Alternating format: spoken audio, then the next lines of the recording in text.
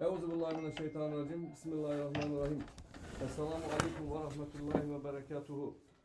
Sultan Bahauddin Efendi Hazretleri, sizinle yeniden bir canlı yayında bir arada olmaktan mutluluk duyuyoruz, şeref duyuyoruz. Hoş geldiniz, sefa getirdiniz. Aleykümselam Ayberk Efendi. Allah razı olsun. Şeref bulasınız, himmet bulasınız, güzellik bulasınız, sıhhat bulasınız. Efendime söyleyeyim, define bulasınız. Allah razı olsun sultanım.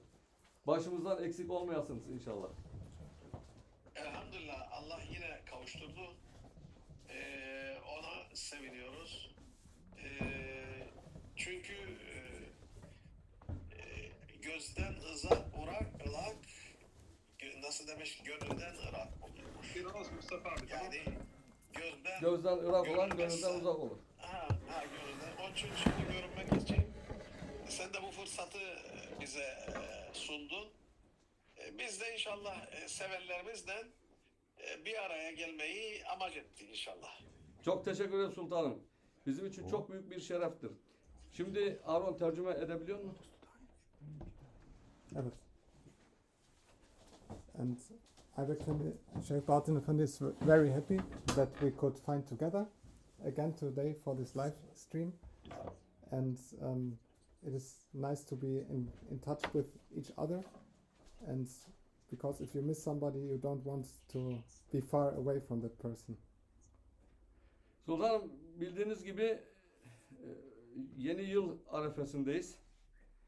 Bu tabii ki İslamik olarak ne derece bize uyar bilmem ama aynı zamanda da ilahi bir tesadüf olmadığı için program diye düşünüyoruz. 1 Recep aynı gece kutlamak durumunda oluyoruz. 3 ayların başlangıcı oluyor. Yani bu Hristiyanlığın yılbaşı gecesi aynı zamanda Müslümanların mübarek 3 ayının başlangıcı oluyor. Yani bu da bizim için gayet enteresan bir durum gösteriyor. Bu hususta söyleyeceklerinizi dinlemek isteriz. And Ayberk Efendi was just asking to Sheikh Bahauddin Efendi, where it's no coincidence, he thinks, that exactly the New Year's Eve this year is the exact same day like the Holy 3 Months beginning. And the question was, what is Sheikh Bahauddin Efendi saying to this? What is the meaning of this, that these both events come together? Euzubillahimineşşeytanirracim. Bismillahirrahmanirrahim. Destur ya Seyyidi Meded, Destur ya Sultan Evliya Meded. Meded ya Ricalallah, a'inuna kunu avnen lena asa nahza bifadlillah.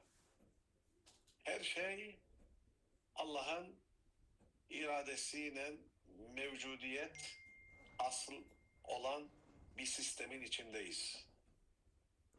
And everything is according to the will of Almighty Allah, and everything is happening inside of His system.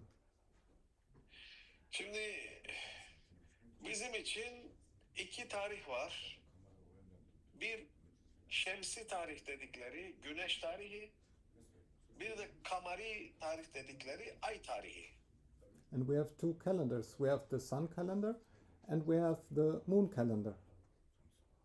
Bu iki tarihi ne Hristiyanlar yani onu inkar edebilir, ne de Müslümanlar o bir tarihi inkar edebilirler.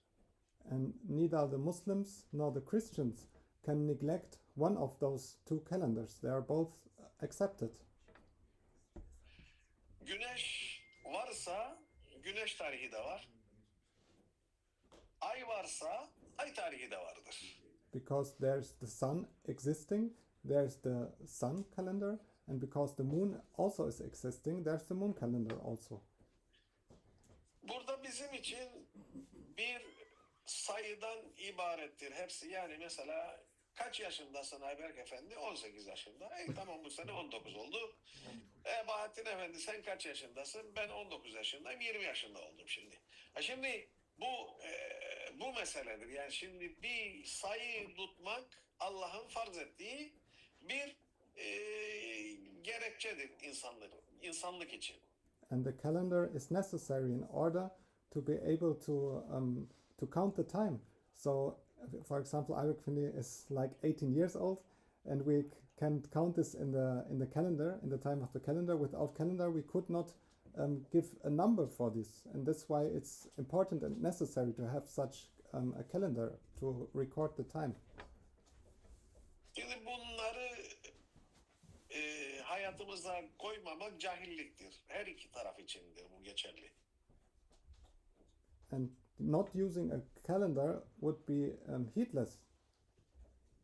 Şimdi bugünün insanı aslında cahil değildir, yani o manada eski zaman insanlarına göre bayağı avantajlı. And the people of this time should not be in ignorancy, because we have many things more than the people in the past had. Bizim burada mühim olan mesele şudur. Yani neye ihtifal edeceğiz veyahut da neye efendime söyleyeyim bir münasebet diye bunu kutlamamız gereken şeyleri ayırt etmektir. And for us, it is important which of those events we want to celebrate and which of those events we want to give value. Şimdi bütün dünya delirmiş vaziyette, yani herkes, yani 7'sinden 70'ine kadar veyahut da 7'sinden 100'üne kadar bir deliliktir ki nasıl bu yılbaşını kutlayacağız diye hazırlıklar en üst seviyede. And the people in our time are going crazy, no matter if there are 7 or 100 or in between these ages. They are just thinking about how to celebrate this event more excessively. Baktığın zaman Ayberk Efendi, yani ışıklar, ışıklandırmalar, ağaçlar, efendime söyleyeyim süslemeler, giyinmeler, hediyeleşmeler, efendime söyleyeyim öyle bir almış başını gidiyor ki yani den ki artık bundan sonra insanlar ne süslenecek ne ne süslenecek ne de hediyeleşecek. Artık bundan sonra bitmiştir. O kadar bir israfa girerler. And the people are going in such a wasteful state that they use so much decoration, so much gifts, presents for each other, so much lights they use, that you think after these festivals, after these feasts, would be no more day anymore left. So much they are wasting their money on these festivals. Yani bu yılbaşını kutsal hale getirmişler. And they made the New Year's Eve they declared it to a holy day. Şimdi burada herkes, Müslümanlar da sorar ya, bu yanlış mı, doğru mu, caiz mi, değil mi, günah mı, değil mi? Ama hepsi de bir heyecan bir şekilde bu olan dalganın içine girip aynı şekilde kutlamaya başlıyorlar. And the Muslims are asking themselves and speaking also about it, if it is for them also acceptable to celebrate New Year's Eve, if it is permissible or if it is prohibited.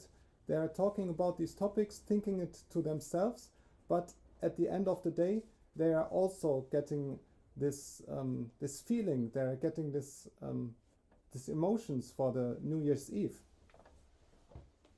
Yani orada çünkü şöyle bir şey var. Mesela insanlar bir yanlış yapar. 1000 tane adam gelir. Ya sen bunu yanlış yaptıydın da günahtır da. Efendim mesela oradaki bir harfi eksikti de bir harfi fazlaydı da. Ne bileyim işte 1000 tane nasihat verirler sana ki olmayan şey. Yani mesela böyle çok böyle alelade bir şeyi sana öyle bir nasihatler verirler ki Allah Allah. Denk ya bu adam Kur'an'ı okumuş, ezberlemiş, yutmuş ve bana nasihat veriyor. And in general, the people are like this. Even if they see a slightest mistake somebody makes, they immediately go towards that mistake and say, you do this wrong, do that wrong, as if it would be a very big thing. But in reality, it's only a small thing. And you just think in front of you is a learned person who knows the Quran by memory, that he has so much knowledge to judge on all of this against you. Ondan sonra bakıyorsun ki adam o yılbaşını kutlayalım diyor, işte falancaya gidelim, işte toplanalım evde çoluk çocukla toplanalım da işte bir yılı kutlayalım diyor yani. Aynı adam yani. But the same person that was just criticizing for somebody for a slight mistake is saying at the same time, so now it's New Year's Eve, so I will go home to my family and we will also have some celebration of this event. Burada dikkat etmek gereken bir mesele vardır, çok önemlidir. Yani yürüdüğümüz yol Allah için olsun. Yani bunu bir dikkat edelim diyorum ben. And there's a point Sheikh Bahauddin Efendi wants to draw our attention towards.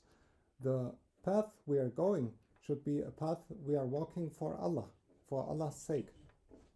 Çünkü burada yol kavşağında, yol ayrımındayız yani. Allah'la mısın, şeytanla mısın? Yani bu yılbaşı çok kritik bir hal almış vaziyettedir. Because we are choosing at this moment in between two paths. Either we are with Allah or we are with the shaitan. And the New Year's celebration is a very important point to select which of these paths you want to go. Mesela Hicri yılbaşını sönük geçiyor. Böyle baktığın zaman bir sönüklüktür. Gidiyor. Kimsenin haberi olmuyor ya, Allah Allah diyor. Muharrem ayı girdi de tarih değişti. Böyle millete sorsan hangi yıldayız biz, Hicri yılında, çoğu insan sana hangi yılda olduğumuzu bilemeyecek. Müslümanları söylüyorum ben bunu. Müslümanları söylüyorum. Söylemiyorum yani. Ya Hicri'nin ne olduğunu bile bilmiyorlar o açıdan. Yani. O başka. And if we compare this to the new Hijri year every year, it goes that much quiet that nobody even notices consciously that the new Hijri year has started. And even if you ask somebody, a Muslim person, most of them don't even know in which Hijri year we are. And Ayberk Efendi just said, many people even don't know of the Muslims what Hijri means at all. Şimdi öyle bir noktalara geliyoruz ki insanlar diyor ki ya Ramazan ayı niye aynı yerde durmuyor da devamlı yer değiştiriyor? And the people are even thinking now, it has reached such an extent that they are asking, why is Ramadan always changing the season and the day and doesn't stay in the same time? Bunu bilmeyen adam, şimdi sen ona gel anlat ki yılbaşı günahtır veyahut da sevaptır veyahut da ne bileyim. Anlatma. Hiç uğraşma. And a person who is thinking about this, you should not even try to explain to him whether New Year's celebration is a good or a bad thing. Don't try it even. It's a waste of time. Peygamber Efendimiz diyor ki benim zamanımdaki cahiller yani kara cahil. Ama ahir zamanda ki cahiller diyor alim cahil. Yani her şeyi bilirler ama cehalet daha fazla. Yani her şey önlerinde ama cehaletleri de benim bu cahillerden 1000 kat fazlaymış. Okumuş cahil. Okumuş cahiller. And our Prophet ﷺ, he explained that he lives in the time of dark ignorancy, but we live in the time of the knowing, of the people that are knowing and ignorant, because people in the former times, in time of our prophet, couldn't get all this knowledge, but we today have all the knowledge, all the access to all the knowledge, but we don't, we are still ignorant. Yani böyle bir arama motoruna girdiğin zaman her soruya bir cevap bulabiliyorsun. Ama hiç kimse de merak edip de yahu bu İslam doğru mu değil mi sorusunu sormuyor. Peygamber hak mı sorunu sormuyor. Allah var mı sorusunu sormuyor. Efendime söyleyeyim, bu din hak mı, hak din mi kimse sormuyor. Ne için? Hiç kimsenin işine gelmiyor da onun için. And today we are able to ask any question, for example, in the internet. And the problem is that nobody asks about Islam. Nobody asks about Allah. Nobody asks about the Prophet, if he is true, if the Islam is true. And why? Because it doesn't their business. They are not interested in this topic at all. Çünkü şeytan almış başını gitmiş. Herkesi istediği yöne çevirmiş. Because all the people are now under the control of the shaitan, and shaitan is directing the people in the direction he wants. Bugün bir sohbet ettim. Satanic Kingdom diye, dünya artık Satanic Kingdom, şeytanın saltanatı diye bir sohbet ettim ben bugün. And today Sheikh Bahauddin Efendi gave a conversation about the kingdom of shaitan. Orada şöyle izah ettik. Dedik ki sanmayın temizsiniz. Hepimiz bu şeytan saltanatının içinde bir şekilde kirlenmişiz. And in this conversation, Sheikh Bahauddin Efendi said, don't even think that you're clean. We are all in some way in the dirt of the system, of the shaitanic system. Birileri işte diyor ben şöyleyim, ben böyle. Yok, geç bunları ya. Geç bunları. Evvela cebindeki paraya bak. Kimin parası? Efendime söyleyeyim, giydiğin kıyafet kimin kumaşı? Bindiğin araba kimin sanatı? Efendime söyleyeyim, yaşadığın muhit neyin muhiti? Yani şimdi yediğin yemeğin acaba ne yemektir diye 1000 tane soru işareti vardır ve hepsinde illaki şeytanın parmağı vardır. Don't try to claim that you're something. Just look in the money that is in your pocket. Just look at the clothes you're wearing, where the cloth is coming from. Just look at the car you're driving. Who is it produced by? So in all aspects, in all areas of life, it is the finger of Shaitan, and Shaitan has his hand inside of all of these areas of our lives. Yani bizim burada bir tek yapacağımız husus, Ya Rabbim biz sana iman ettik. Ya Rabbim bizim imanımızı koru kolla. And the only thing we can do is to say to Allah, "Oh Allah, we are believing in you. So please protect our beliefs." Başka çaremiz yoktur. Yani mesela şimdi birisi çıkıyor, bir de dedim ki şimdi çoğu millet der ki işte Mehdi Aleyhisselam zuhur etmiştir. Yok beni Mehdi Aleyhisselam ilan et. Yok Mehdi Aleyhisselam işte oradadır. Yok Mehdi Aleyhisselam buradadır. Yok gizleniyor. Yok o şey yapıyor. Bunların hepsi alayı yalan. So it is our only hope to ask Allah to protect our beliefs.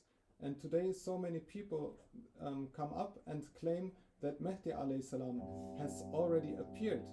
But they say he has already come, he's there, he's come from this side or from that side, but this is all are lies that are claiming Mahdi alayhi salam has appeared already.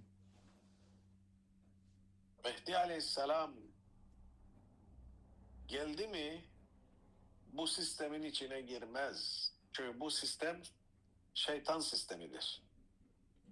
Because when Mahdi alayhi salam has arrived, he won't enter into this system we are living right now, because this is the system of the shaitan. Kim nasıl düşünürse de düşünsün hiç önemli değil. Çünkü görünen köy kılavuz istemez. And everybody can think what he wants, but it doesn't change the fact.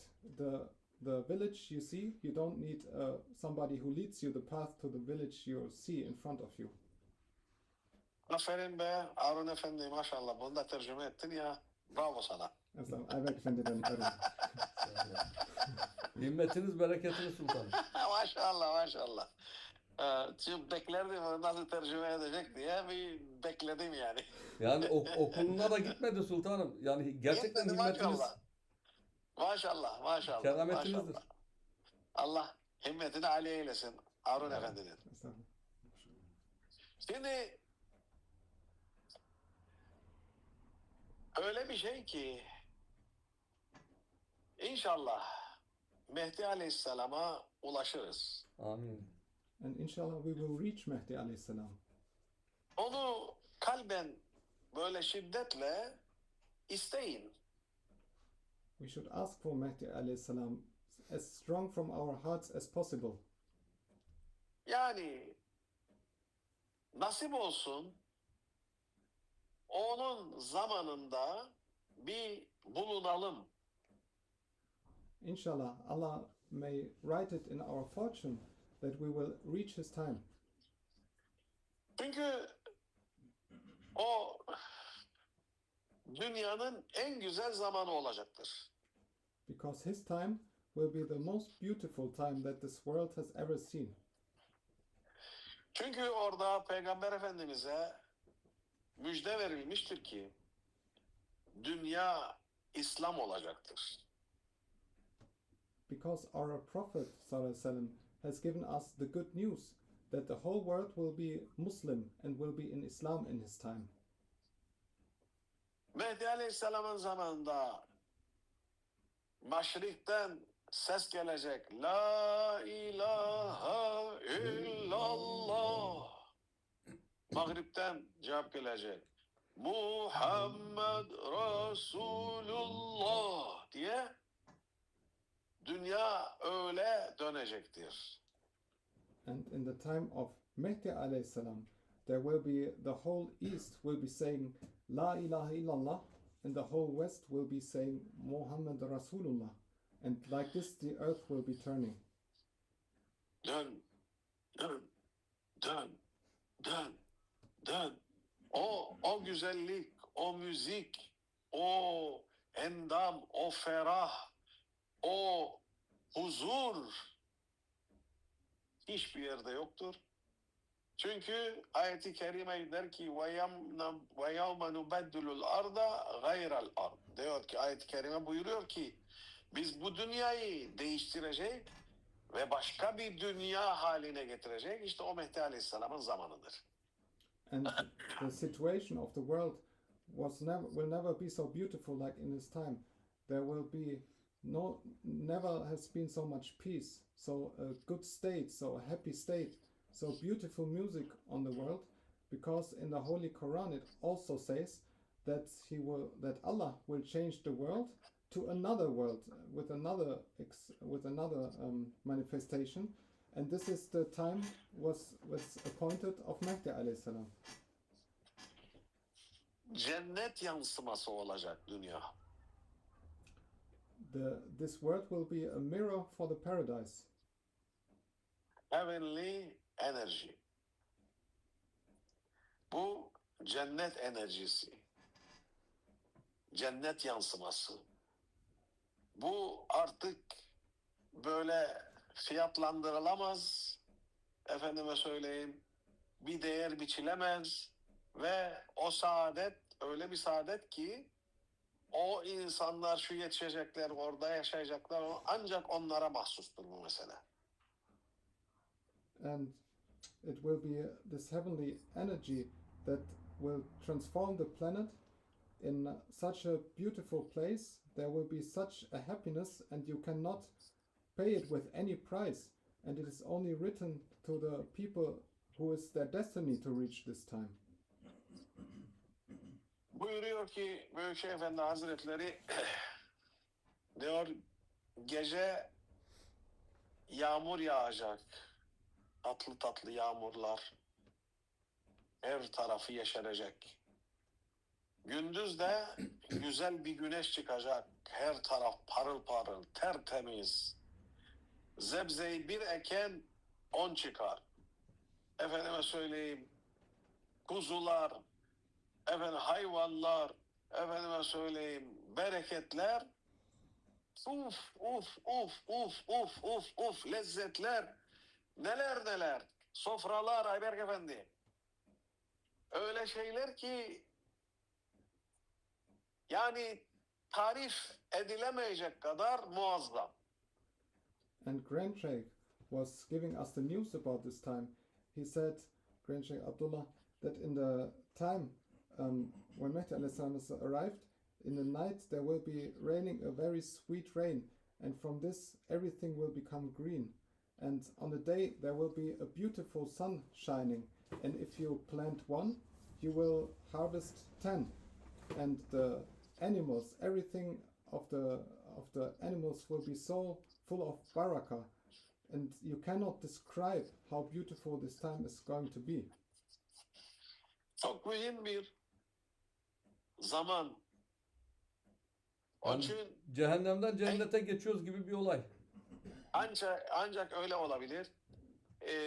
Yani o zamanın güzelliği, o zamanın teknolojisi, şimdi herkes zanneder ki Mehdi Aleyhisselam'a geldin mi senin teknolojik anlamda geriye gideceksin. Çünkü biz şimdi iftihar ediyoruz teknolojimizden. Biz bu uçağa biniyoruz, 48 saatte bütün dünyayı dönüyoruz.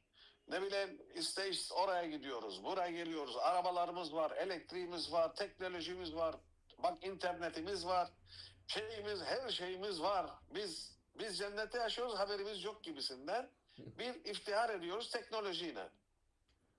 And many people also think, when they are thinking of Mahdi alayhi salam, because there will be not this technology of today, that they are thinking that we will go back in our development, in our technology, because today we can reach from one point to the earth to the most farthest point in just 48 hours. We have electricity, we have everything, we have internet, we have all the technology, and so we are thinking that it will be a step backwards, the time of Mahdi alayhi salam, from technology standpoint. Büyük Efendi Hazretleri derdi ki, bugünün teknolojisi ne kadar ileriye gittiyse de gitsin, sanki eşek sırtında gidermişin gibidir. Mehdi Aleyhisselam'ın zamanındaki teknolojiye göre. Bu en basit tarif. And Grand Sheikh gave a very beautiful explanation and comparison of this state, and he said, no matter how developed our technology will be in the time when Mahdi alayhi salam is coming, it will be like compared, our technology will be like sitting on the back of a donkey in comparison. O kadar kötü teknolojinin içindeymişik. Ayberk Efendi, bizim haberimiz yok. Biz de iftihar ediyoruz. And we were never aware that our technology is so bad, and we were so proud of this. O zamanın ne kadar anlatılsa hayal ürünü gibi görünüyor. Ne kadar efendime söyleyeyim tarif edilse de öyle bir şey olur mu diye denecek kadar büyük muazzam bir yere veyahut da muazzam bir teknolojiye sahip olacak o zamanın insanları. And the people of this coming time will have such a technology that if you would describe them this technology, they could not even imagine how great it would be, and they would not even believe it can be so developed like it will be. Subhanallah. Allah'a hiçbir şey zor değildir.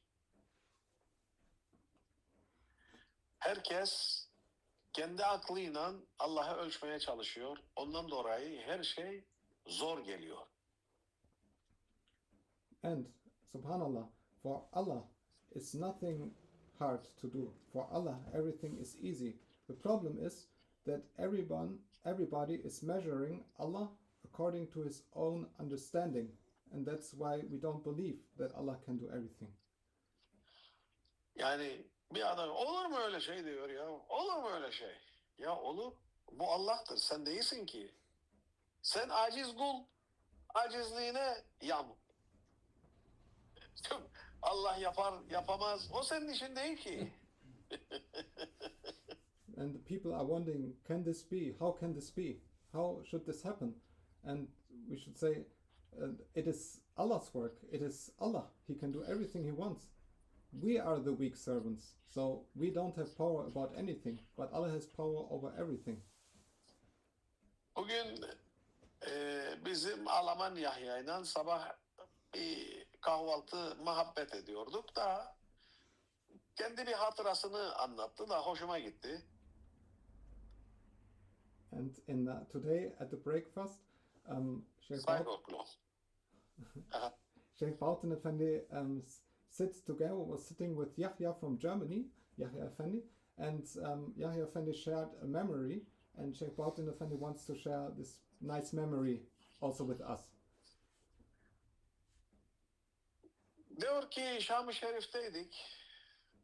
Orada Hamidiye şeysi var, çarşısı var. Bu Hamidiye çarşısı da tam Emeviye Camisi'ne giderken böyle kapalı çarşı usulü ama uzunlama bir yol. And he said he was in Damascus, and in Damascus there's a street called Hamidiye Street, and it is going towards the Emily Mosque, and it's like in a traditional manner built, like in the old Ottoman style. Bu pazar, Hamidiye Pazar çok meşhurdur zaten. O yani kim Şam'a gittiyse mutlaka onun içinden geçmiştir.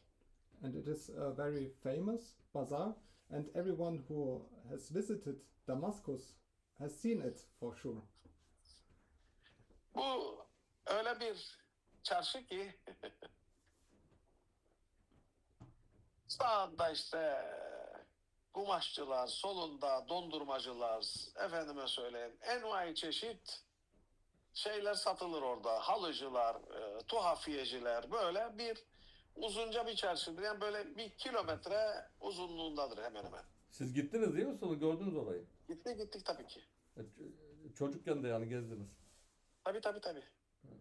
And at this bazaar you find everything. You can find clothing, you can find ice cream, you can find carpets, and it's a very long street where everything you search for, you can find it. Ayberk Efendi said, Sheikh Bahauddin Efendi, you have been there as a child also in your childhood days, and yes, Sheikh Bahauddin Efendi has been there. Burada acayip bir hatırası oldu bizim Yahya Efendi'nin. Diyor ki bir tane ama adam böyle elinde bir tepsinin üstünde de kibrit satıyor. Adam çarşının başından gidip sonuna kadar dönüyor, orada kibrit diye satıyor ama her şey yaptığı zaman tevekkeltu alallah diye Allah'a tevekkül ettim diye bağırıyor. Tevekkeltu alallah diyor. Threshold. Gidiyor böyle ve kibrit satıyor. And there was one man, Ama gözleri görmeyen adam demek. and there was a man who was blind. Blind. He was Uh-huh. the blind man was walking through the whole bazaar, and he had a match in his hand. He had matches in his hand on a tablet to sell them, and he was calling, repent, come to Allah, rely on Allah. Tevekkeltu alallah diye bağırıyor. Şimdi orada muzip çocuklar var. Adamın ama olduğunu biliyorlar. Böyle alttan böyle geçip o kibritlerini çalıyorlar.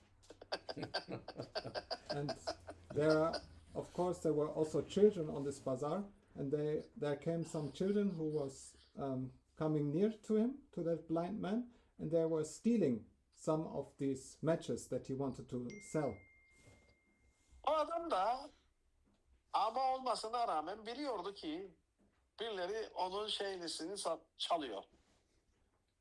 And even though the man could not see because he was blind, he was aware that the children that somebody was stealing something from him. Onu gören insanlar böyle geliyor. Kibrit kaç para? O da diyor ki kibrit 1 lira. Ben bir kibrit alıyorum diyor. Tamam diyor. Adam çıkarıyor. Sana parayı vereyim. Ama cebine koyayım ben parayı diyor. Orada 1 liralık kibrite adam 5 lira 10 lira veriyor işte. O da gene tevekkeltu alallah diye nare çeke çeke gidiyor. Yani adam biliyor ki o çalan çalıyor ama çalanın yerine Rabbim ona 1000 katını veriyor. Ve diyor ki ben ya Rabbim sana tevekkül ettim. Umurumda da değil, ben burada bu çarşıda gidip geliyorum ve bu rızkını bana getireceğini, bana vereceğini bildiğim için umurumda da değil. And after the children have stolen these matches, there later came a man who asked, "How much is one match that you sell?" And the blind man said, "It is 1 lira." So the man said, "Okay, I want to buy 2, and but I want to put the money for the lira into your bag. So don't want to give it into your hand." And the man who bought these 2 matches just gave, instead of 2 lira, gave 5 lira, and into the bag of the man. And the man was going on and walking down the bazaar and was calling again, rely on Allah, surrender to Allah, trust in Allah, because he exactly knew that his only task was to go for his provision, and Allah will give him his provision. No matter somebody tries to steal or then somebody will give more. So in the end of the day, the provision is still coming from Allah. It is like this. The advantage that the thief they have to take something out of this blind man, Allah Almighty, He was rewarding that blind man more than what he will sell. Yani Ayberk Efendi buradaki hikmet şuydu. Aslında burada hikmeti, yani sen ne kadar satmaya çalışırsan sat, senden çalınan ne kadar çalınırsa çalınsın, ama sen Allah'a tevekkül ettiğin için Allah sana çalınan yok bir misli, 10 mislini, 100 mislini, ne kadar misli varsa Allah sana onu geri verir. Hikmeti buydu aslında bu hikayenin. Onun için hepimizin yapacağımız bir olay vardır ki ne yaparsak yapalım Allah'a tevekkül edelim. And there's a great wisdom in this beautiful story. That's because the child has stolen something from that man, but because the man still didn't lose his trust in Allah, Allah rewarded this person with twice, with the 3 times more, with 4 times more, even 10 times more. And this is a great knowledge for us also. No matter what we do, we should never lose the trust in Allah and never stop to rely on Allah. Çünkü bizde bazı taraflarımız amadır. Biz her şeyi görecek bir durumumuz yoktur. Because we are also blind in some way. We don't see everything that is going around us. Onun için tevekkül çok önemli bir meseledir. And that's why it's very important to trust and rely on Allah. Çoğu insan şimdi diyor ki ben kendime güveniyorum, ben yaparım. Ya dur bir dakika. Tamam, kendine güvenme demiyoruz. Ama Allah'ı da unutma. And many people today claim, I will do it by my own, because I trust in myself. And we say, Sheikh Bahauddin says, we say stop to these persons. You can trust in yourselves, but don't forget Allah. Çünkü bizim zayıflığımız Allah'ı unutmaktır. Bunu yılbaşı meselesine bağlayacağım. Because our weakness is that we are forgetting Allah. And we will connect this now to the topic of the New Year's Eve. Çünkü hepimiz Allah'ın kuluyuz. Ama bu yılbaşı da tarihten ileriye bir mesele değildir. And we are all Allah's servants. But this New Year's Eve is not an important date for the history. It is only date of history. Date to change the date of history.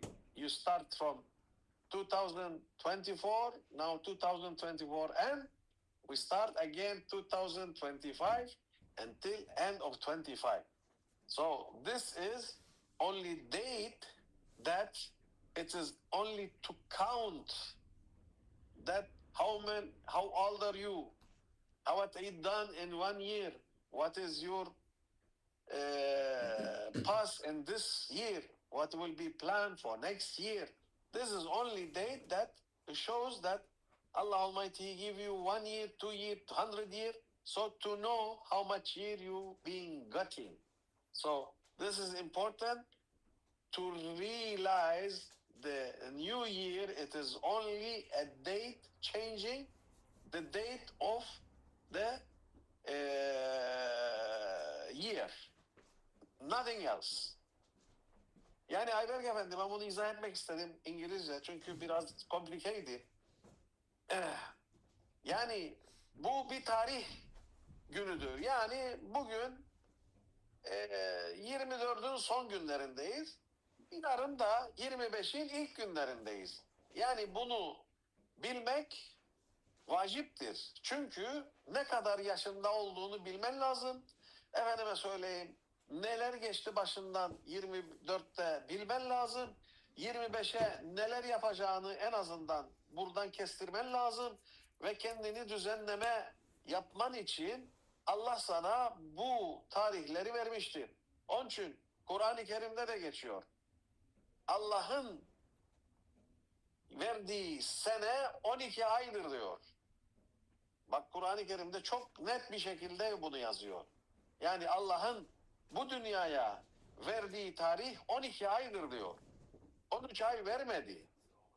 Gerek Hicri'de, gerek efendime söyleyeyim Şemsi'de. Yani bu 2 senenin şeysi 12 aydır. Onu mobil bıraktı ki orada kutsal günler vardır ki bu günler bütün senenin günlerine rast gelmesi için tarih boyunca, onun için her gün sitem etmez, her ay sitem etmez. Ya Rabbim benim ayımda Ramazan gelmedi diye hiçbir ay diyemez. Ya Rabbim bugün bana rast gelmedi, bu kutsal gün diyemez, bu mübarek gün diyemez. Onun için o ay senesi döner ama güneş senesi sabittir. O demir gibi sabittir. Onun için bunları ayırt edip de ne olduklarını bildikten sonra zaten cehalet ortadan kalkmış oluyor. Şimdi bizim cahilliğimiz nedir? Aman birisi çalsın da biz de oynayalım misali oldu. Yani adamlar nerede bir şey var? Çingeneler nasıl? Aman bir yerde bir düğün olsun da gidip oynayalım. Para verir verme umurlarında bile değil. Nedir? Ama oynayacağız. Şimdi bütün dünyanın hali bu olmuştu. Başka bir şey değildi. Onun için burada mühim olan bizim sabit durmamız ve bunun ne manada olmasını bilmemiz yeterlidir. And even Allah has mentioned in the Quran that the year consists of 12 months, and He has described it in the Quran, Allah Himself. So we have, as well as in the sun calendar, we have 12 months, as well as in the moon calendar, we have 12 months. And the special thing, attribute of the moon calendar is that its holy days are rotating throughout the year, so that no day of the sun calendar can moan about that it doesn't get the honor of this holy time. So it is always rotating, but the sun calendar is always fixed like iron. It doesn't move, and the problem of our time is that we became like gypsies, that we everywhere try to get something for free, and like we have this New Year's celebration and there's free joy to have, and that's why we try also to take part in these celebrations. Bununla Ayberk Efendi hitap edelim. Allah hayırlara vesile eylemesini niyaz ederiz. Hepimizin de Mehdi Aleyhisselam'a ulaşmayı dua ederim. Çünkü en güzel yapacağımız dua imanımızın selameti, çoluk çocuğumuzun selameti, efendime söyleyeyim sevdiklerimizin selameti, etrafımızdakilerin selameti ve de inşallah bir hayırlı seneler olsun. Efendime söyleyeyim hayırlara vesile olsun, hayrımız çok olsun diye böyle bir duayla gireriz. Bugünün sohbetini de hatmedelim Ayberk Efendi. And so at the end of the conversation, we want again that this coming year will be a blessed for everything, that Allah will inshallah bless our imams, that Allah will bless our families and our beloved ones and keep them all in safety. And this is our wishes for the new year, inshallah. Sultanım çok teşekkür ederiz. Yalnız bir soru vardı da.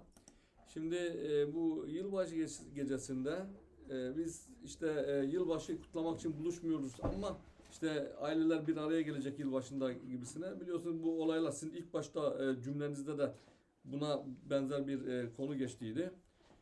Söz geçtiydi. Şimdi bu böyle bir durumda ne yapmalarını tavsiye eder? Şimdi insanlar öyle ya da böyle tam da o yılbaşı gecesi alışılmış bir şeydir. Yani şimdi o alışılmış bir şeydir. Şimdi biz onun önüne geçmek istemiyoruz. Ama en azından yani hani hasbihal niyetiyle bunlara benzememek niyetiyle olur yani.